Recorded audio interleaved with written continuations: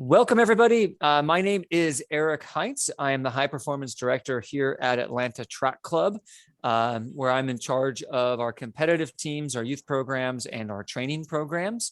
And I am glad to have everyone coming together this evening, where we have both members of our in training for fall marathons, our in training for the Invesco QQQ Thanksgiving Day Half Marathon, and our beginners 5K program, along with members of Atlanta Track Club as well.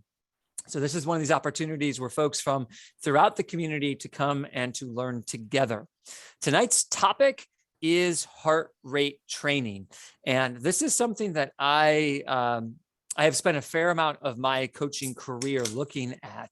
And I will say that I was lucky enough to be mentored by Roy Benson, who've written maybe 3 books on heart rate training, maybe it's 4 now, and have looked at it from every possible angle. So we're going to address several elements of heart rate training tonight, and that includes aerobic training and its relationship to our heart. So we'll look at why running and walking is considered to be aerobic training, how running and walking impacts your heart and your cardiovascular system. And then we'll look at how your heart adapts to the stimulus of that exercise and how that impacts your health. So our first piece is a little bit about just cardiovascular training and how that affects you. And then we're going to start moving towards heart rate, which of course is related to your cardiovascular system and training. Then we'll look at how we can measure heart rate, particularly when we're trying to use it for training. And then we'll specifically address Atlanta Track Club's coaching philosophy, our in-training program, and how it uses heart rate training. And then at the end, when we do a little bit of a summary, I'll also address some of the challenges that we face with heart rate training, particularly here in the Atlanta metro area or just the Southeast in general. Again, if you folks have questions, post it to the chat, and we'll make sure to address all of those at the end. I do want to say thank you to the many sponsors of Atlanta Track Club and partners of Atlanta Track Club who help make these types of presentations possible. Mizuno, of course, has been a great partner to Atlanta Track Club for many years, located right here in Atlanta, but also recovery products like Hyper Ice and Firefly, PNC Bank, Powerade, and Wahoo, who is Atlanta Track Club's new wearable device sponsor. So you will see images of Wahoo wearable devices or wristwatches this evening, but the content I'll be providing will not be specific to singular devices. If you do have questions about how to use your wearable device, whether it is an Apple Watch or a Garmin or a Polar or a Wahoo, I would recommend looking either at specific videos online to help guide you how to use those, or wait to the end. And as a community, we might be able to provide you with some guidance. Now, I often like to precede these presentations with this disclaimer. This will be an oversimplification. We could do an entire college semester on heart rate training. There's a reason why there are 300-page, or Byzantine texts that you can take out of the library that address this stuff. I want to try to bring it down to a digestible level and one in which that we can apply in our real lives. And we'll also just try to provide some additional context when we're in a situation that requires a little bit more depth or a little bit more of a disclaimer, and that I'm misrepresenting it perhaps, just for that oversimplification. So let's jump into this. Running and walking, aerobic exercises. So when I'm talking about aerobic exercises, I'm meaning that running and walking are going to be a type of exercise that uses oxygen as part of its primary energy creation pathway. Now, that sounds pretty standard. Many of us have heard of those kinds of phrases, but what we don't know is that your body actually has 3 primary systems to create energy. We call these metabolic systems. You've heard of the word metabolism. It's how your body uses and burns energy. And these 3 primary energy systems are in addition to stored ATP. At its heart, ATP is pretty much always our source of energy. And if we go down any of these pathways, any of these energy systems, ATP is the end product that we use to fire our muscles, et cetera. So these 3 primary metabolic pathways I believe, hang on one second here. I have to admit someone, I apologize. These three primary metabolic pathways, the one of which that is the shortest, meaning it is the one that we access the most quickly, we call the anaerobic alactic system. If you want to be more specific, it's often referred to as the creatine phosphate system. But I call it the anaerobic alactic because it does not use oxygen, anaerobic, and it does not produce lactic acid or use lactic acid as an energy source. So that's where the word alactic is. So that's going to be one energy system. And that's one that of which that we use anywhere between 5 and 10 seconds. If you were to stand up, if you were to jump up and down right now, you would easily be able to jump up and you wouldn't get tired from it because you are not using oxygen. You're not producing lactic acid. You're basically using energy you already have in your body along with creatine phosphase to create that energy. The next energy system that we call is the anaerobic glycolytic energy system. Again, oxygen does not have to be present, so it is anaerobic in its process, but it uses what a lot of folks refer to as glycolysis. It uses a combination of systems to produce energy, but one of which is the infamous lactic acid, which is actually an energy source that our bodies use. So lactic acid is broken down into hydrogen ions, and that's what some folks hypothesize is a theory of fatigue. They believe that the accumulation of those hydrogen ions are one of the things that prevent us from being able to execute at a high level with whatever activity we're doing. And then the last energy system, the one that we're going to focus on tonight, is the aerobic or oxidative system. If you go all the way back to your, high school biology class, this is often referred to as like the electron transport system. But we're going to call it aerobic and oxidative because oxygen is a primary component in that reaction. Now, as a little point of additional context, your body is always using all of its different energy systems. So the percentage just happens to change. Right now, as you're sitting here, it's 99% aerobic and fractions of 1% stored ATP, anaerobic alactic, and anaerobic glycolytic. If you were to be walking around outside, it's going to maybe have a nudge up on those other three systems. But if you were to sprint down your street as hard as you could, and you start pumping your arms and pumping your legs, and you're feeling super tired and your heart is pumping, well, guess what? You're probably going to be a majority of these anaerobic systems, okay? Because you can't get enough oxygen to produce energy at the rate that your body is asking. So more or less, your short events use stored energy in anaerobic systems because they're less efficient, but they're much faster. And longer events require this more complex, slower mechanism that we're calling the aerobic or oxidative system. Now, it is important to note it's based on time and intensity and not distance.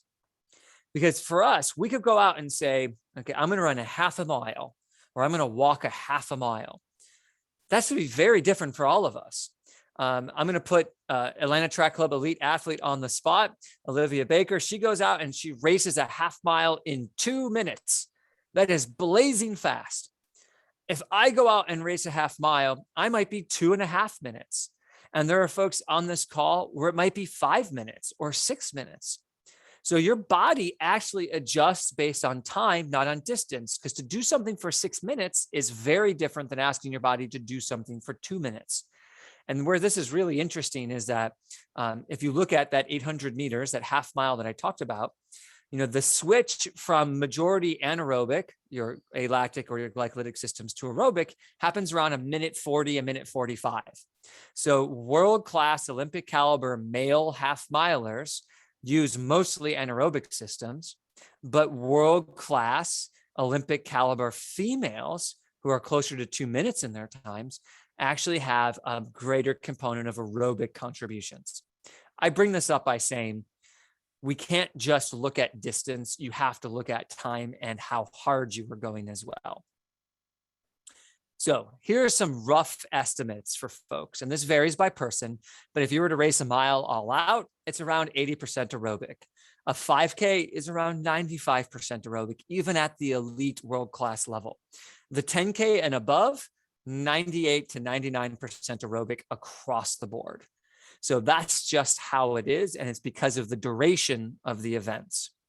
So given who we are and given what we're training for, which is really the 5K and above for pretty much everyone on this call, we're going to focus on the aerobic pathways and the aerobic energy systems. And if you notice, the Atlanta Track Club coaching philosophy, which uses the acronym PACES, the letter A stands for aerobic training, because for the vast majority of us, aerobic training is the thing that we need to improve on the most.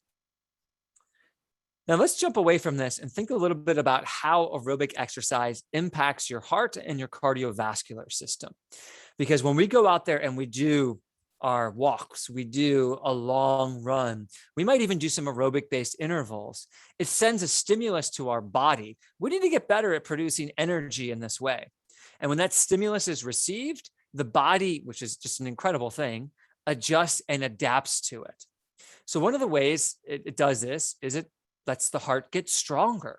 We know the heart is a muscle. So the same way you do an arm curl when you're trying to strengthen your bicep, aerobic exercise strengthens your heart.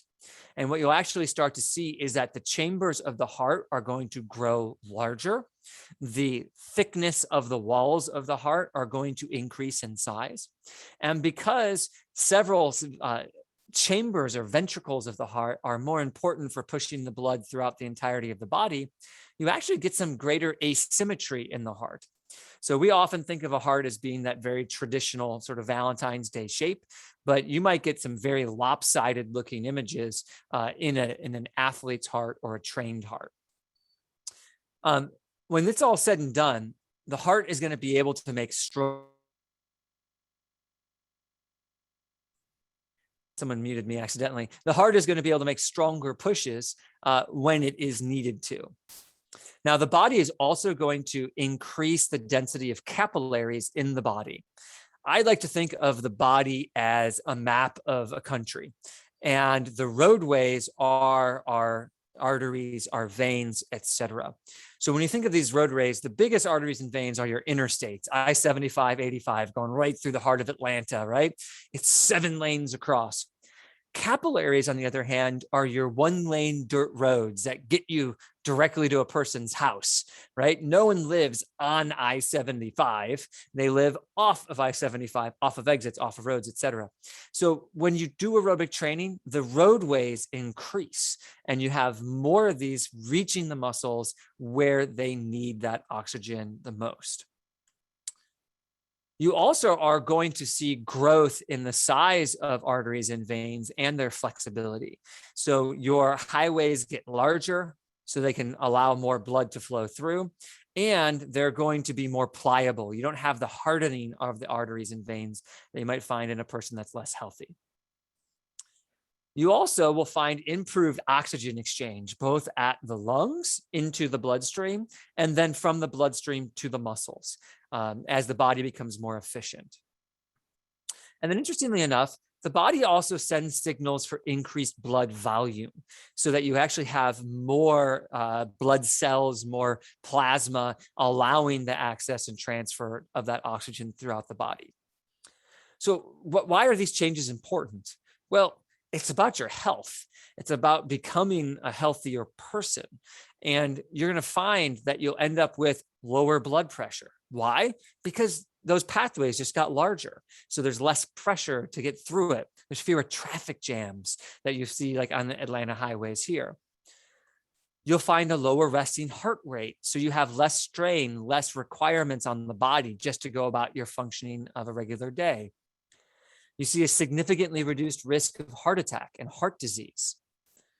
You see improved cholesterol, both with your bad cholesterol and your good cholesterol. And then for most of the folks on this call, you see improved performance. I mean, we're in training programs in many cases because we want to get faster. So you're going to see yourself improving in terms of what you can do for the same kind of effort. So aerobic training is hugely important for the heart. And as you can see, the heart has a role in performance. So Let's take this to the next level and start considering how the heart rate and training impact each other. So when we talk about heart rate training, we need to know what that phrase heart rate actually means. So just so we're all on the same page, heart rate is the number of times your heart beats in a given time period. Now, every conversation I've ever had, it's been measured in beats per minute. But in a different setting, you might say beats per 10 seconds, beats per hour. I'm not sure. We're going to look at it in terms of beats per minute, or BPM for short. Now, what we find is that as we increase effort or the intensity of exercise, the heart rate also increases. And this makes sense. As your muscles have a greater demand for oxygen and for energy and resources, you have to work harder and pump more blood to get it to them. So that's why the heart rate increases. So it's a faster exchange of those necessary resources. So you can see on this chart right here, okay, in front of you, as exercise intensity increases, which is the x-axis, your heart rate goes up, which is seen there in red, okay? Now, effort and speed can also increase beyond the max heart rate for a limited time. As you see, there's essentially an asymptote at the top that's denoted by maximum heart rate. There's a certain point where your heart just can't pump any more blood. It can't get any more oxygen around. But as I said, your effort and speed can go past that. Your intensity can increase beyond that because you have anaerobic systems that don't require the heart, whether it's stored ATP or your other energy systems that can produce energy. But those are limited in their capacity. The beauty of aerobic energy is it is almost limitless. If you have the correct training and the correct intensity, the human body can go for a very, very long time. And that's how we hear about folks who are doing 100-mile races, and some folks should go even further than that. Now, the last note here is, and I think this is how it directly connects heart rate to training.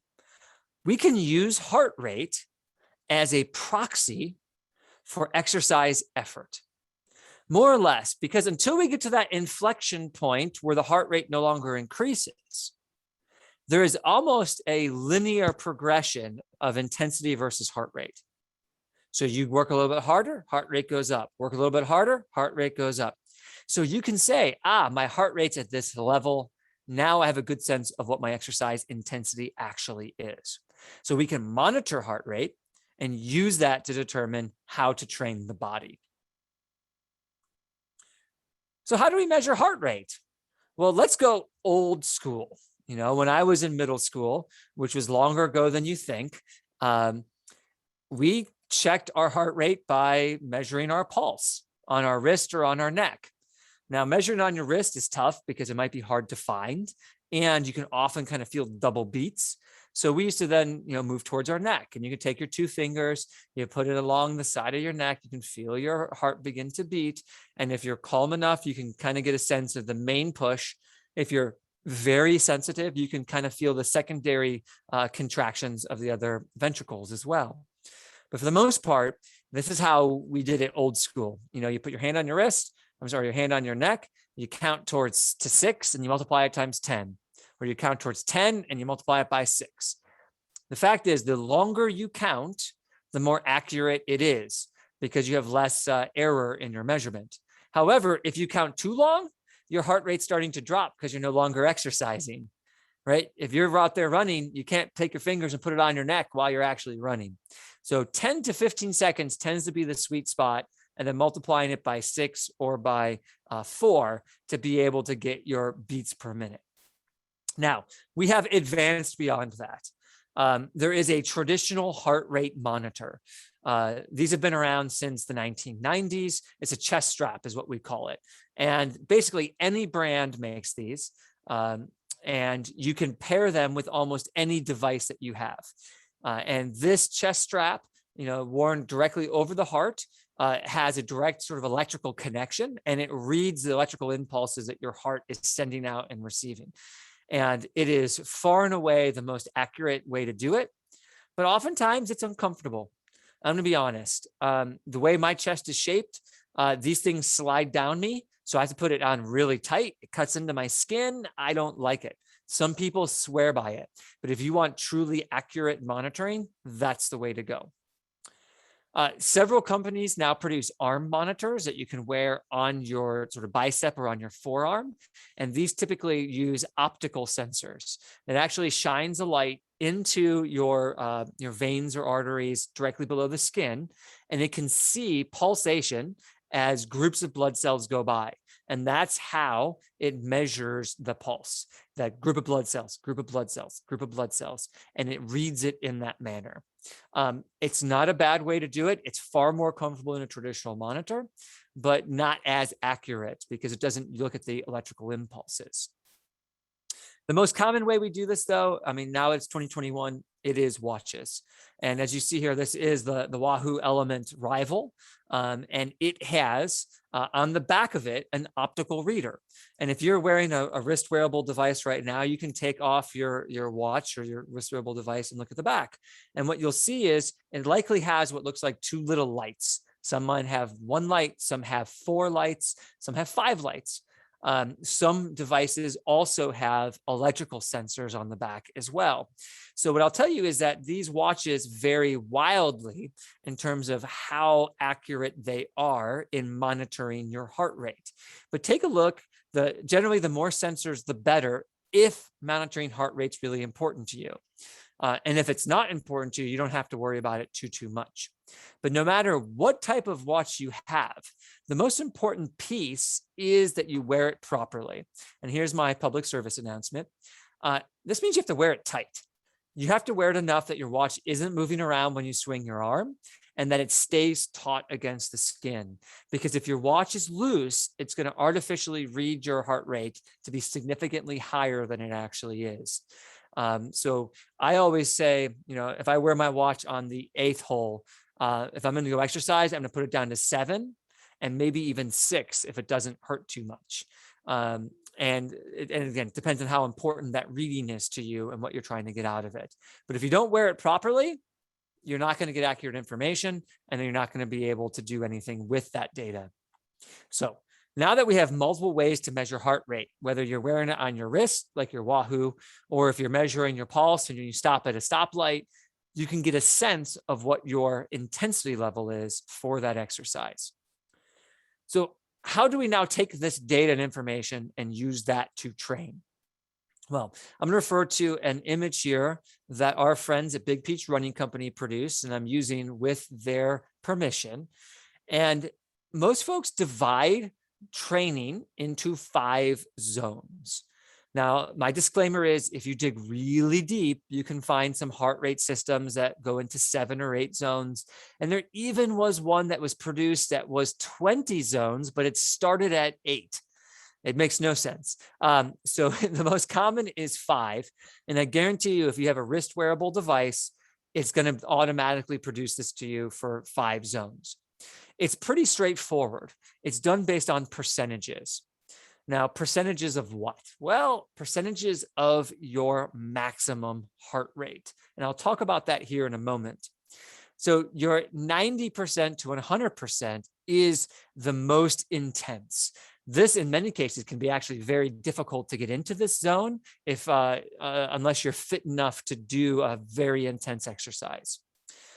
The hard zone, or zone 4 that we will call it, is 80 to 90%. The moderate zone, zone 3, is 70 to 80%. The light zone is zone 2, 60 to 70%. And zone 1 is oftentimes walking or everyday life, and this is 50 to 60%. Now, each of these zones does provide different benefits, and each of these zones can be used and manipulated to achieve different workout goals. But in general, zone 1 is recovery, it's everyday life, it is a light walk, things along those lines. Zone 2, which is the blue I have here, is going to improve baseline endurance and our body's ability to use fat as an energy source. It is entirely aerobic still. You're not producing any lactic acid. You're not really accessing those other energy systems. Zone 3 is kind of a no man's land, no person's land. It improves aerobic fitness, but can often create some levels of fatigue. And in some folks, depending on their level of fitness, it may put them on that threshold of starting to cross into those other energy systems. Zone 4 is universally hard. It is when we do interval workouts, when we're pushing ourselves. And in most cases, if we're doing a race, we're going to see a lot of it in zone 4, unless it is a marathon. And then finally, zone 5 is I'm doing something almost as hard as I can for 2 or 3 minutes. It's difficult to stay in zone 5 much longer than that, unless you're just on that crust, that threshold between zone 4 and zone 5. So we have a little bit of a sense of what these training zones are for. How do we actually calculate and use them? And I said, part of this is a percentage of your max heart rate. So let's look at how to identify your max heart rate. Because if I need to know what 90% of my max heart rate is, I got to have that to start off with it. So the easiest way, the smartest way, and the most efficient and accurate way is to go and get laboratory testing.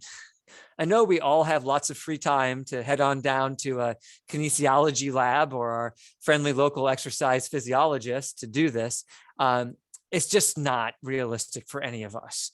But they have the best equipment. They put us in the best situation. You jump on a treadmill and you basically run until exhaustion, or you cycle to exhaustion. We're not going to fool around with that because it's not realistic for us. What we've all heard growing up and been told is the rule of thumb: 220 minus your age. So if I'm a 48-year-old person, you do 220 and you minus your 48, that makes your maximum heart rate 172 beats.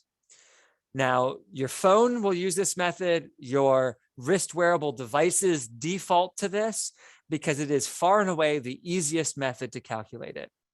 But I do want to say there are significant challenges to this rule of thumb.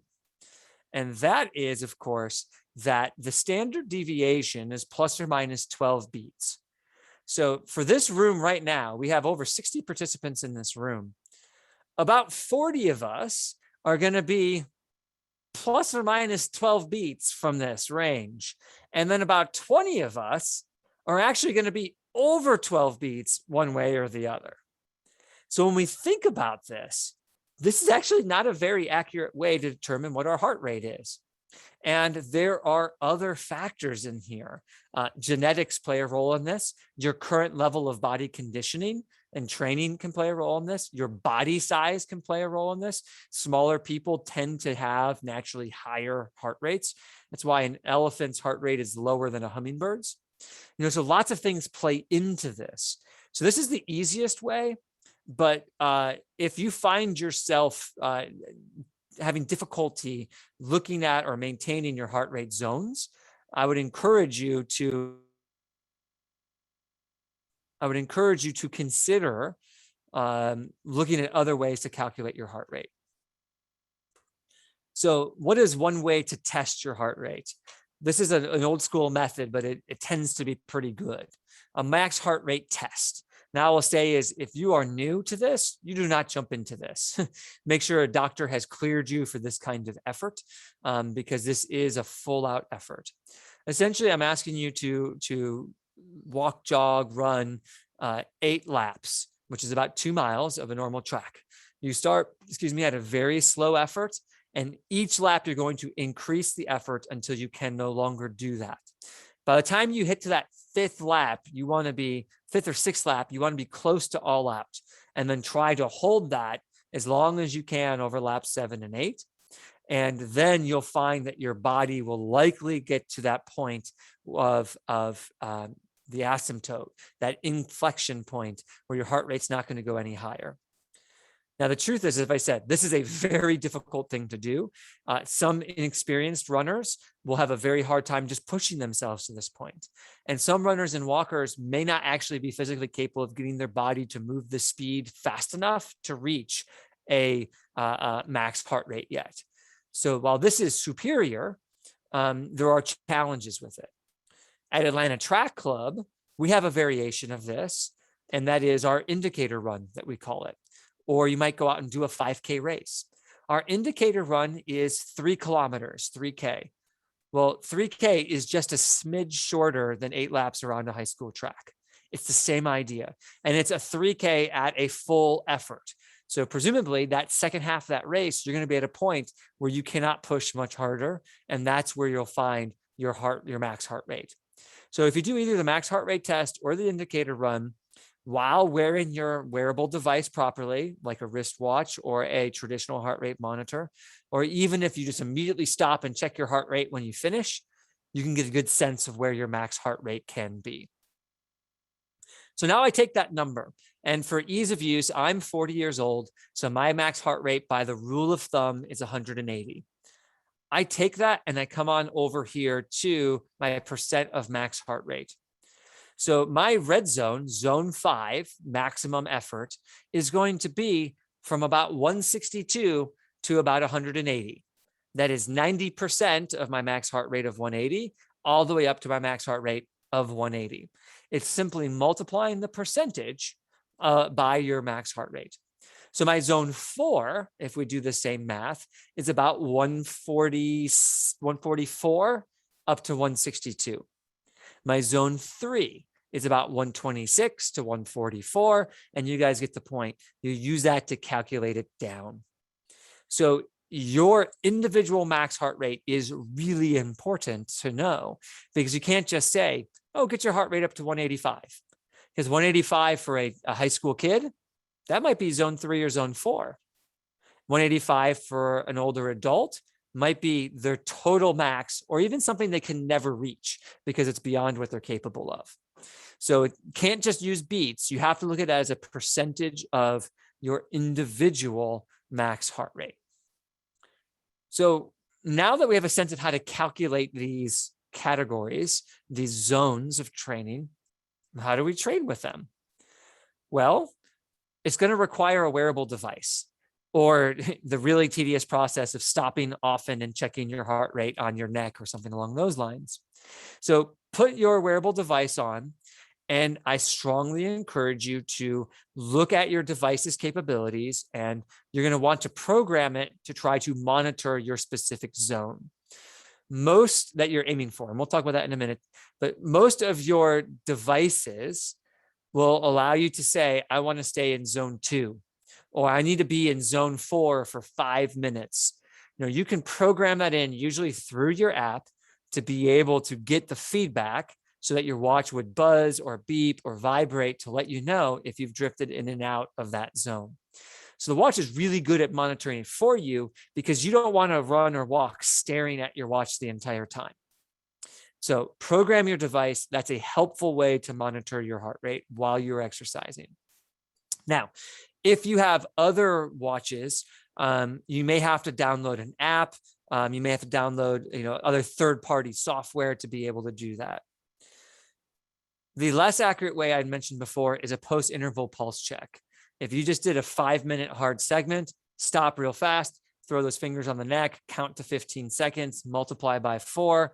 Oh my gosh, okay, I was at 30, so I do that times 4, I'm at 120. I wasn't going hard enough if I'm supposed to be at 150. So now I know to increase my effort on the next level or the next interval. Now, we have a good sense here now of how to measure it while we're training. How do we actually put this into our training? Well, the research here is conclusive. There is no real debate about what you do. I mean, there are scores of research articles, all of which point towards using polarized training. Polarized training. Now, I'm going to provide you some context here. Polarized training is good at producing overall fitness. There are times when your specific race trumps polarized training. What do we mean by that? If you are training for a marathon, it's often more important for you to do lots of running in and around your marathon pace than it would be to do some of these other intensities. So the research shows you improve fitness doing polarized training, but fitness has to be specific to the event you're training for. So there's my caveat. So right now we're talking about general cardiovascular fitness. Polarized means two extremes, right? We have the North Pole, the South Pole, the two ends of the spectrum of the earth.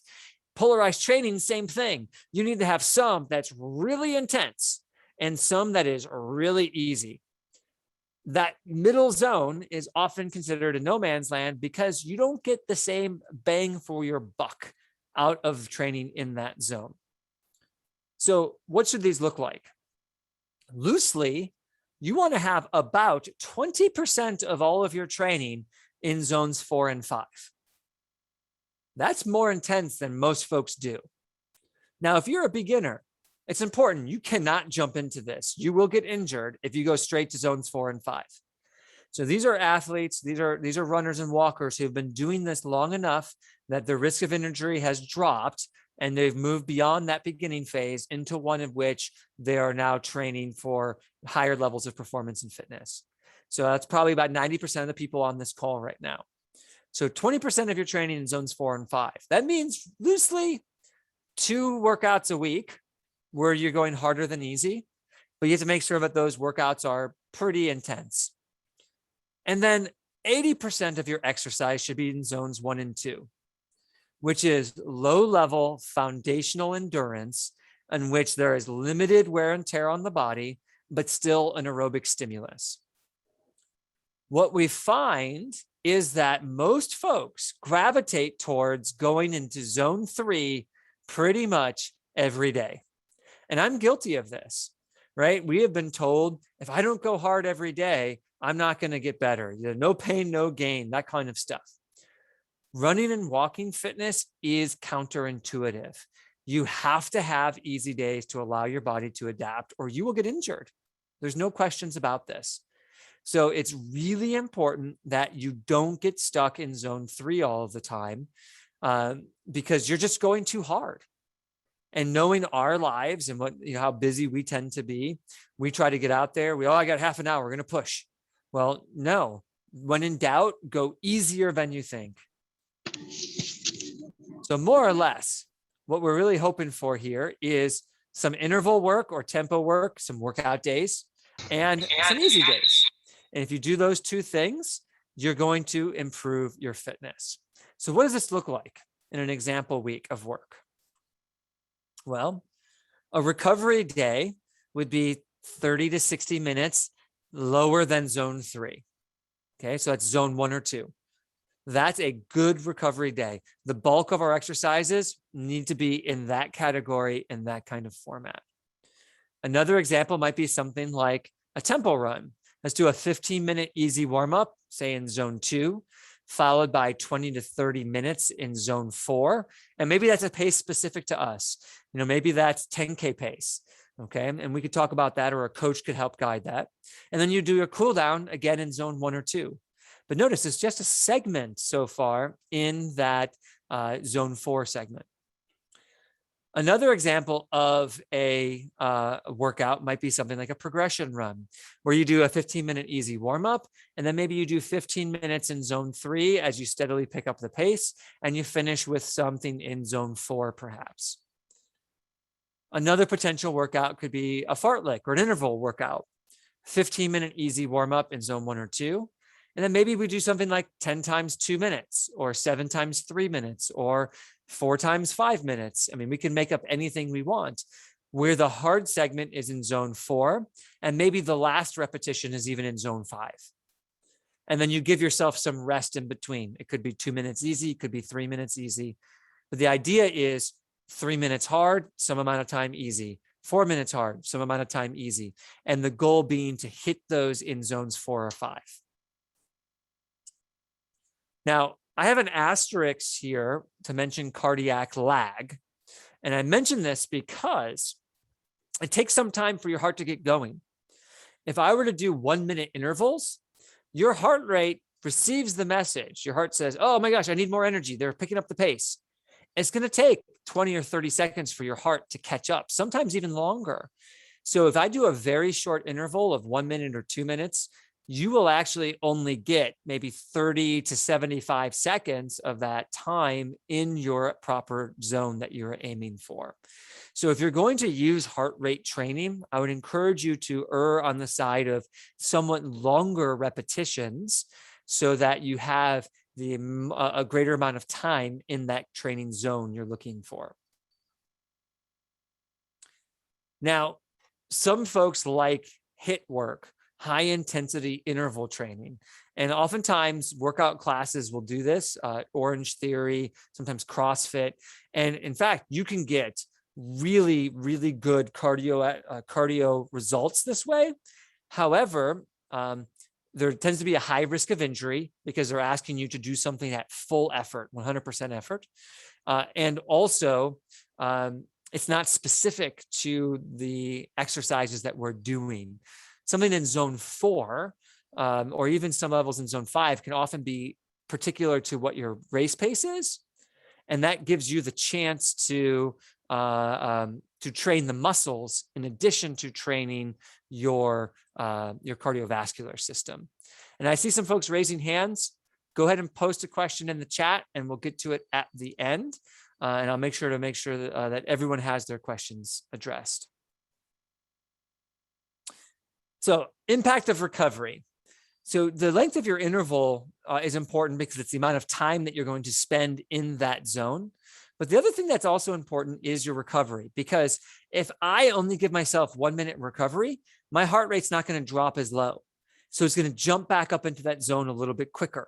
So if I'm doing 1 minute intervals with 1 minute rest, I might get a little bit of a zigzag, a little up and down diagonal, like a Charlie Brown shirt, I think it is, that looks like my heart rate. But if I give a 1 minute interval with 3 minutes rest, my heart rate is going to drop significantly, and then I'm not going to get back into that training zone when the next interval starts. So you have to consider what your recoveries are when workouts are being designed. And some coaches will go as far as saying, you start the next interval when your heart rate's below 110. And for most folks, depending on the length of repetition, it's going to be between 1 and 3 minutes. So you don't usually have to overthink it because it's usually going to fall into that range. So let's put this together into an entire week and get a sense of what this might look like. So maybe on Monday, I do 40 minutes in zone 2. Remember, recovery days need to be less intense. Tuesday, I do a 15-minute warm-up, very easy, zone 1 or 2, a 20-minute tempo in zone 4, maybe it's 10K pace, and then a 15-minute cool down in zone 2. Wednesday, I jump over, I'm tired from that workout, I do 30 minutes in zone 2. Thursday, I'm still tired, but I'm gonna go a little bit longer, 50 minutes in zone 2. Then Friday, I'm doing my other workout, 15-minute warm-up, zone 1 or 2. 5 times 4 minutes, and maybe that last one's in zone 5 and the rest of them are in zone 4 with 2 minutes jog rest to get my recovery down, and then a 10-minute cool down in zone 1 or 2. Saturday, 40-minute zone 2. I'm tired from that workout, so I want it to be on the shorter side. And then Sunday, maybe I have a longer session. I do 90-minute run with the first 75 minutes in zone 2, and the last 15 minutes, I allow myself to drift into zone 3. If you were to add up these totals, there's about 82%, then less than zone 3.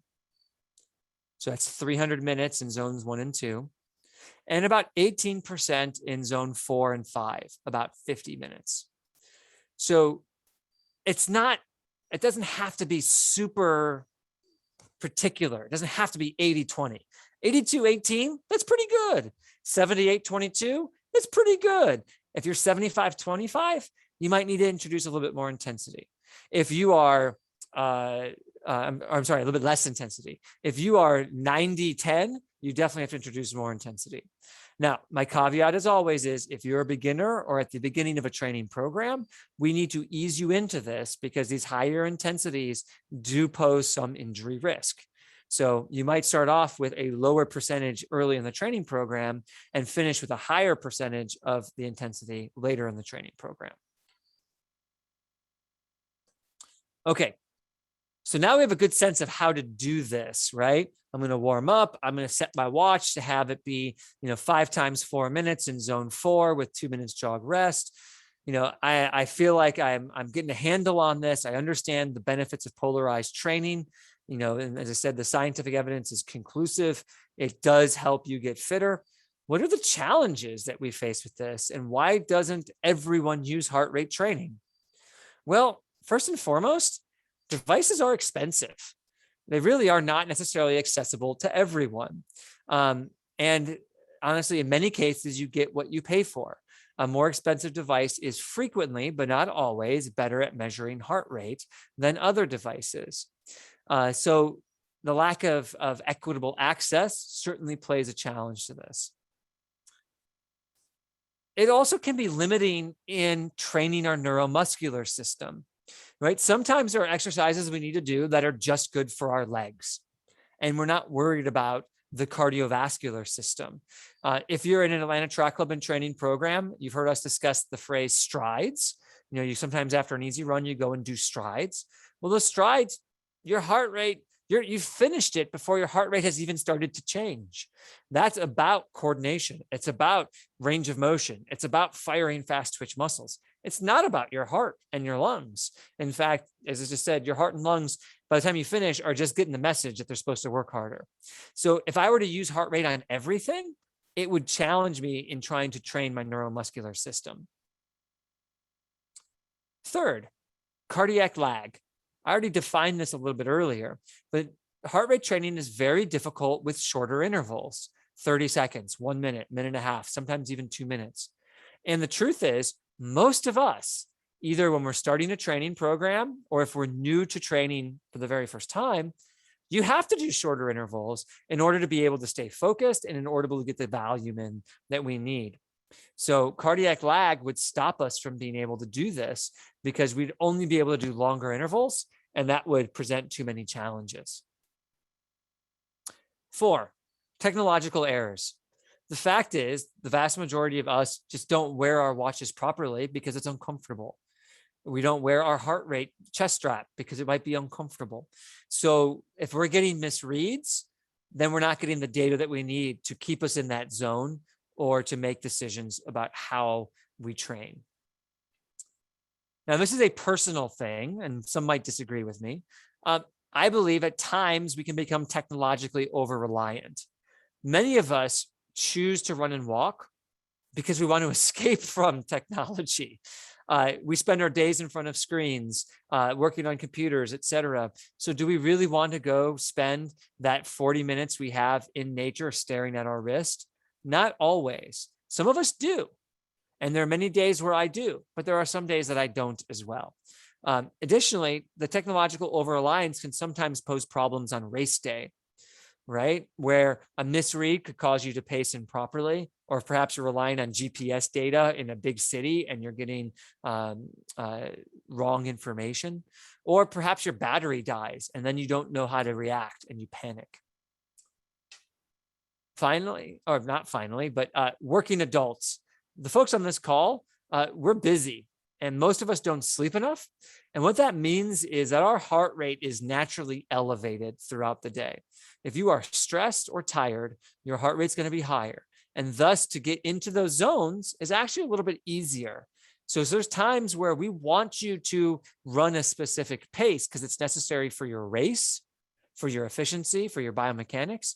But you can't do that if we're using heart rate and limiting us in the paces that we're trying to run.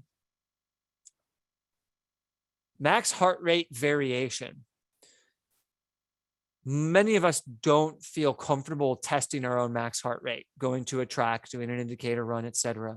But we'll continue to encourage folks to do that, particularly in our training programs. But the rule of thumb, 220 minus our age, is just frankly not accurate for many of us. And then we get readings that don't give us information we can use. So if you have a good handle on your max heart rate, this doesn't apply to you.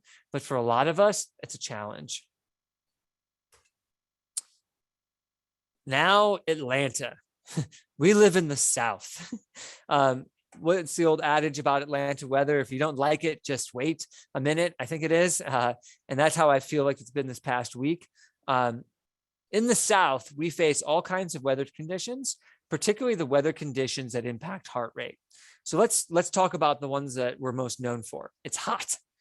If you are outside in the heat, your body is going to work extra hard to remove the heat and to cool your body down. You know that through sweating, but your heart has to pump to move the fluids and blood through your body to the skin to be able to sweat and to release that internal body temperature. So guess what? Your heart rate's naturally higher in the summer when it's hot out. And if you're exercising, it's even more so. We call that cardiac drift. Your heart rate naturally drifts higher. In fact, so what this means is you're going to be running significantly slower at the same heart rates. Some of us are not comfortable with that because either we obsess about paces and times, or it's going to prevent us from being able to train some of our race-specific paces that you have to do at times. So cardiac drift is real. Additionally, as you become dehydrated, your body has to work harder to pump blood because some of that sweat comes from the plasma in your blood. And that all of a sudden means you have less fluid and your body has to work harder to move that all the way through your body. So increased heart rate comes from dehydration. The same thing happens when it's cold out. Your body has to work harder to stay warm. Thus, your heart rate's going to be naturally higher. So if you go running out and it's really cold, heart rate will be elevated. And the final piece that I said with working adults, we're tired, fatigue. And you know that you're going to have a higher heart rate when you're tired. The last thing I'll note here, and this doesn't apply to everybody, but if you were drinking alcohol the night before an exercise session, you will find that you have an elevated heart rate because your body had to take the time to process that alcohol while you were sleeping. So even though you might not wake up with a hangover or other symptoms, you will frequently find that your heart rate might be on average 2 to 3 beats per higher, sometimes even more than that over the course of the night, and you haven't recovered as much, and you'll continue to hold on to that elevated heart rate throughout the day. Now, I just gave you a whole bunch of challenges and reasons why one might not use heart rate training. I also gave you before this a bunch of reasons why heart rate training is really good, which of course is the scientific evidence that it can improve fitness. So how does Atlanta Track Club use heart rate training given all of this knowledge? Well, first and foremost, I believe that heart rate is really helpful as a proxy for recovery. A lot of people don't want to become obsessed with numbers. The one number that is good to look at is your heart rate when you wake up. So if you sleep with your wearable device, it will often show you what your heart rate was while you were snoozing. And making this number up, if it's normally 50 and you wake up and your heart rate was 54 all night, you might consider whether or not it's a good idea to do that harder session that day because your body may not be sufficiently recovered. Additionally, if your heart rate's higher during the whole entire day, you might make adjustments to your workout so it's not as stressful on your body. So it's a really good proxy for your level of recovery. As we age, we need more recovery than when we were teenagers. 2, it's control for recovery days. The single most useful tool for a heart rate monitor on your watch or otherwise is to make sure you don't go too hard on your easy days. As I said, folks tend to drift into zone 3 naturally. And that's just that no person's land where you are getting limited benefits, but with greater wear and tear on the body. In fact, the cardiovascular benefits of training in zone 2 are nearly identical as zone 3. So why train harder for the same benefits? Pretty simple thing for me. So set your watch to say, I don't want to go into zone 3. So if you pick up the pace too much, zzz, tells you to slow down. Now, this is within reason, folks. If you're in zone 2 and you happen to go up a hill on your recovery day, your heart rate's going to go up. Don't worry about it as long as you jump back down to your normal pace and effort after the hill. You don't need to, be subservient to your watch, but it can be a really good help in controlling our natural inclination to go a little bit too fast. Similarly, this can be really important on long runs, these long walks, that we don't overdo it. If you have a 16 or 20 mile training day, you don't want to screw it up by going too hard the first 10 miles. So it can keep you in that easier effort, so you know you're going to have enough to be able to finish. Similarly, then you might be able to use that on race day too, to keep your body in check. Now, I mentioned, of course, that that wrist wearable devices may not be accessible to everyone because of the cost. What's beautiful is that while heart rate can be a proxy for effort and intensity, your perceived effort can be a proxy for heart rate. It goes back and forth. If you have a high level of awareness, you might be able to just come out and say, man, this felt like I was training in zone 4. And the truth is, you are pretty dang close to being able to get an accurate read of what zone you were in just by thinking and reflecting on it. We just don't like to do that very often. So if you don't have a wrist wearable device, you can just go by effort. Okay. And similarly, in some cases, you can do this based on pace. And Atlanta Track Club produces a pace chart for everyone that is built on heart rate science. So if you go to our pace calculator on atlantatrackclub.org, it's under the training tab, you can put in a recent race performance or a recent indicator run, and it will spit out paces for you for easy days, a range, medium, moderate days, a range, and workout paces. And those are built on heart rate science because it is not a linear science. These are different for different paces that people run. So what you'll find is if you put in 8-minute, an 8-minute mile versus a 6-minute mile versus a 10-minute mile, it's not just going to be as simple as, oh, mile pace plus 30 seconds. There is a range that is created based on what your fitness level is. So this pace chart, which for us gives us the opportunity to individualize people's workouts, whether you're a member or whether you're in training with us, it is a really helpful way to use the science of heart rate training for everyone, instead of having to look specifically at your max heart rate paces. So Atlanta Track Club uses heart rate training. We just have it embedded into our training programs through the paces that we assign, which correspond with the zones that we work at. So it's I want to say a little bit hidden underneath the surface there, but that heart rate science is the foundation underneath it. So let's summarize all this and tie this together. We are engaging in aerobic exercise when we are running and walking. So we should train specifically to develop the aerobic system. The aerobic exercise is very good for your heart and overall health.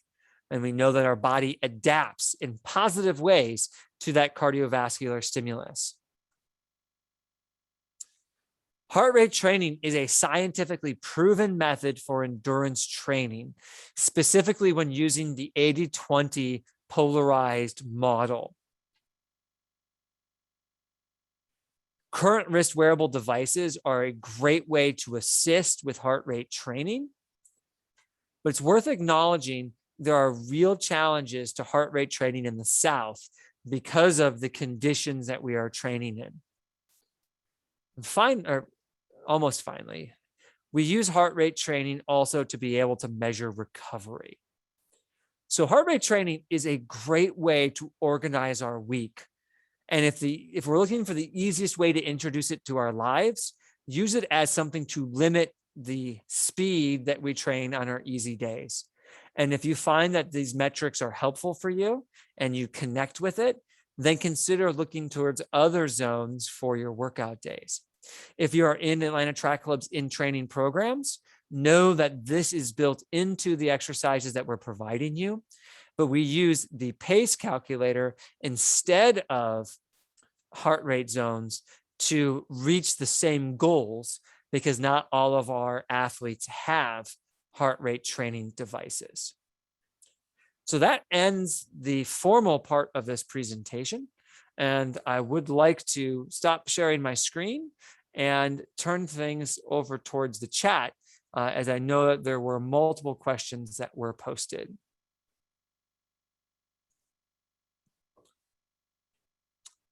Okay. Here we go. Okay, this is from Chris or Christopher. As we age, how often do we modify our zones? Example, today my max is 170.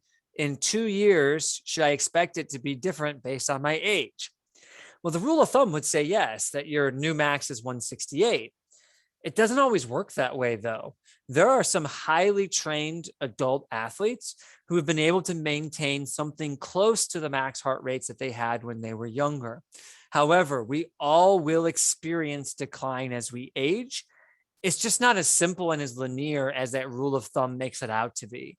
So it may just be, that I'm at 180, 180, 180, 180. And I hate to say it, the next year I might be 176.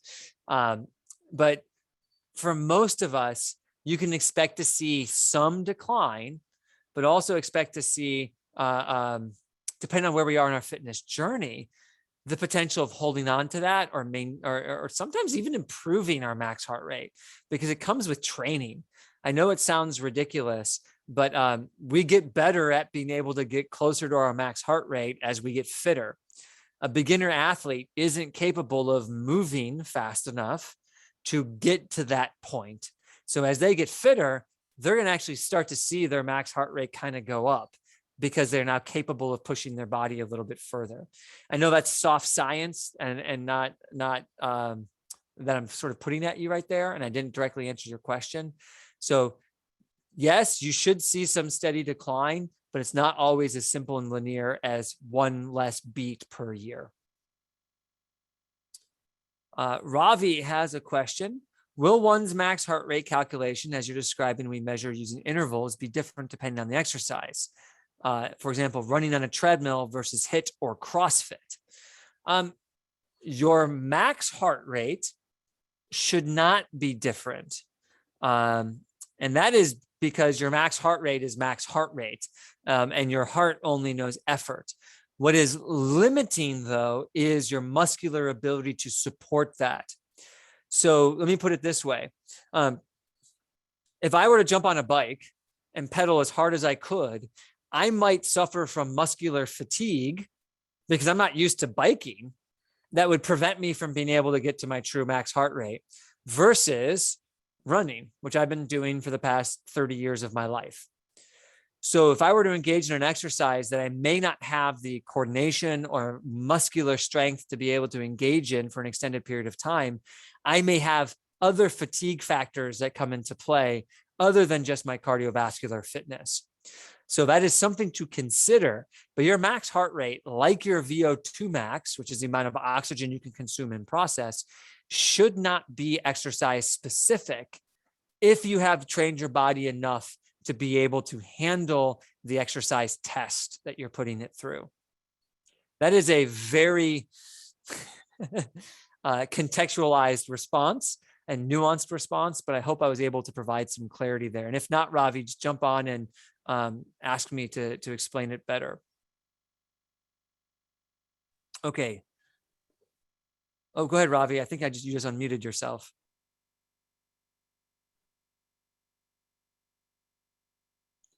Okay, we'll go to Tony W's question here.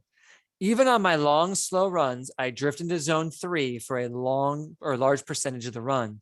I find if I mix in walking, I can better stay in zone 2, but is that still beneficial if I don't plan to walk during the race? So, Tony, great question. And this is where we discuss the benefits of fitness versus race-specific demands. If you are training for a 50K, and I am not planning on walking because I want to do 31 miles straight. Okay, that's something that I don't think I will ever do. Stick with it. Stick with the walking, even if your heart rate's going up, because the specific demands of your event is saying, let me practice being on my feet for that duration of time at a running effort. If your only goal was to produce increased fitness, I would probably never have you doing a 50K run because of the wear and tear it has on the body. And I would tell you to take those walking breaks to keep your heart rate in zone 2. But your specific demands for your event say, I want you doing this. And that's why for a lot of our folks, if you're training for a marathon, that long run and long walk or long interval session counts as a workout. So if you're doing a workout, you can drift into zone 3. And if you're doing that workout, you can drift into zone 4 if that's part of the demands of the way it is written. So for example, myself, I'm training for the Houston Marathon. I haven't told many people that, but now I did, and now I have to be accountable for that. I treat my long runs as a workout. So I might do my first half at a very easy effort and my second half at a much harder effort. And that might include some zone 4 and zone 5, but I might only do one other workout during the week. So that's a situation where the long session becomes a workout and not a recovery day. So I do think in your case, Tony, stick with the running because that's what you're doing on race day. Okay, Phil says, zone 2 for me is 85 to 98 beats per minute, which is an easy walking pace. Is simply walking okay for recovery days? Phil, I think it depends on where you are in your fitness journey. I don't know your age. I don't know your fitness.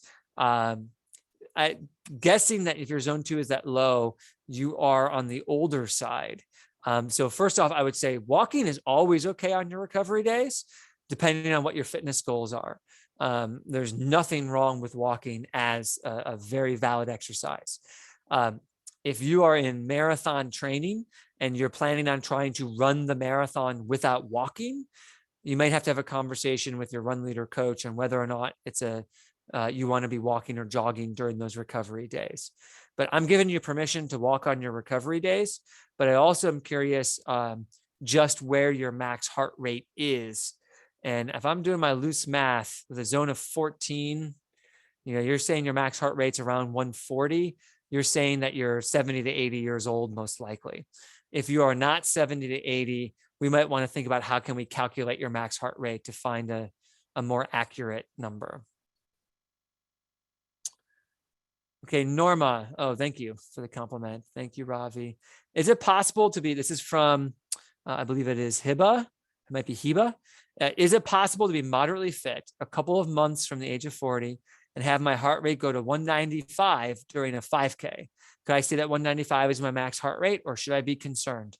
100%. Yes, 195 can be your heart rate. But I would ask you to do two things. One, ensure that the device that you are wearing is being worn properly, because 195 would be outside the standard deviation, and it could be a sign of improper wearing of the device. And the second piece is you just could be an outlier. And when I've given this presentation before, I've talked about my wife. She is an outlier. Her heart rate is beyond that plus 12. She is around a plus 15 from her age. So she's 41 and her max heart rate is in that 195, 196 zone. And that's just who she is. So if you've calculated it and you've worn your heart device properly, absolutely it can be 195. And that doesn't mean anything's wrong with it. Hey, Eric. Yes. May I add a quick comment? Yes.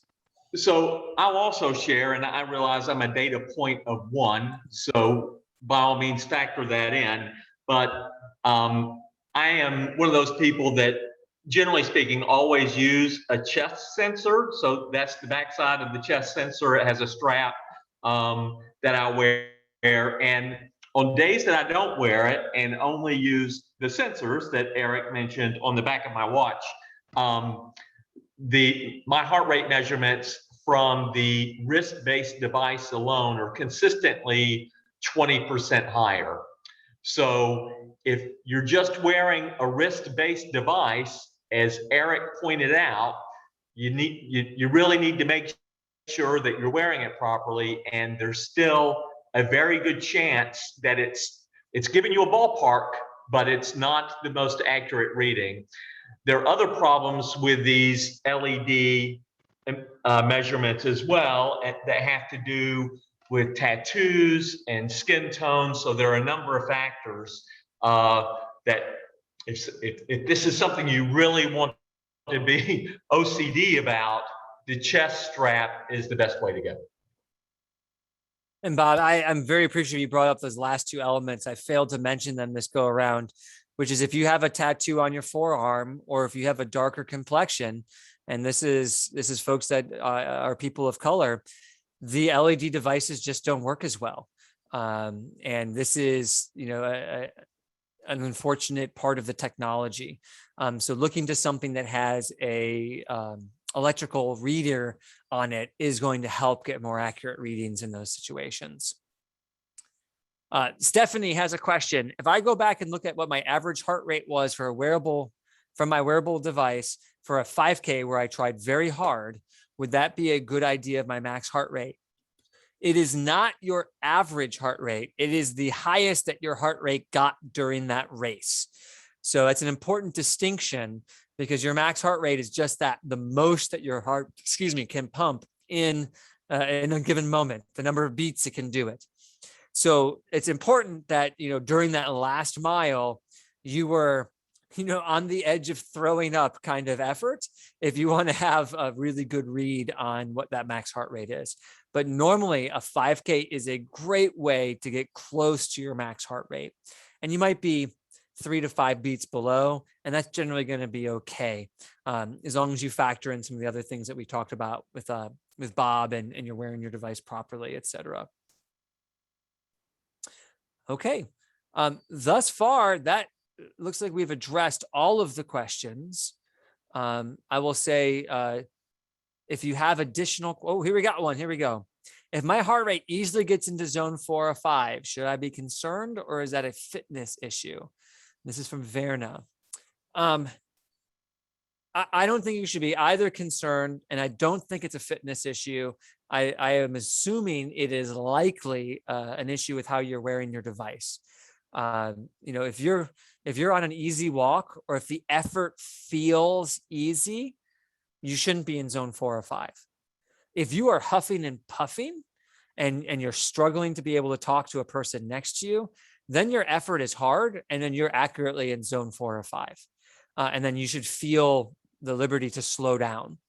People who are this early on in their fitness journey, that line from easy to really hard is very small. It's a very small zone. As you improve your fitness and become more experienced, the zone between easy and really hard gets much broader. So you might feel like you go from super easy to super hard just by crossing that line. And to give yourself patience there.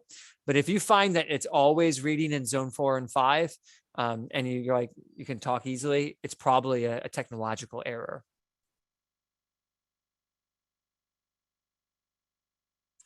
Stephanie, yes, we are going to share this, particularly with our in-training folks. It will appear in our new training newsletter. For non-in-training folks, it will appear on the Atlanta Track Club YouTube channel, so that other folks have a chance to check this out and to learn from it. If there are additional questions, again, feel free to post them in the chat. I'm going to stop the recording now, as we've gone a little bit long.